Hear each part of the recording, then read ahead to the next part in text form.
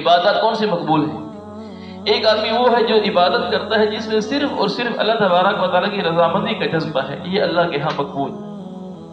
دوسرا وہ عمل ہے جس کے اندر سراسر غیروں کو دکھانے کا جذبہ ہے، غیروں کو خوش کرنے کا جذبہ ہے، اللہ تعالیٰ کی رضامندی کا جذبہ نہیں، یہ عمل سراسر مردود ہے۔ تیسرا وہ عمل ہے کہ جس کے اندر آخرت غالب ہے، دنیا مغلوب ہے، اور چوتھا وہ عمل ہے جس کے اندر دونوں برابر ہیں، آخرت اور دنیا برابر ہیں، دونوں۔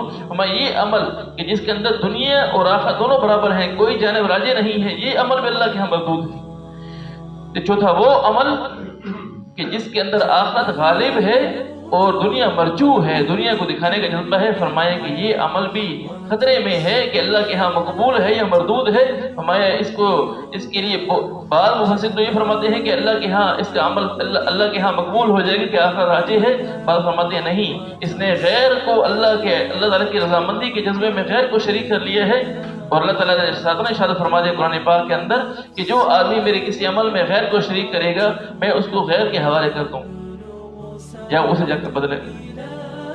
تو خالص عمل خالص ہو، خالص اللہ تبارک و تعالیٰ کی رضامندی کا جذبہ ہو، پھر اللہ کے ہاں مقبول۔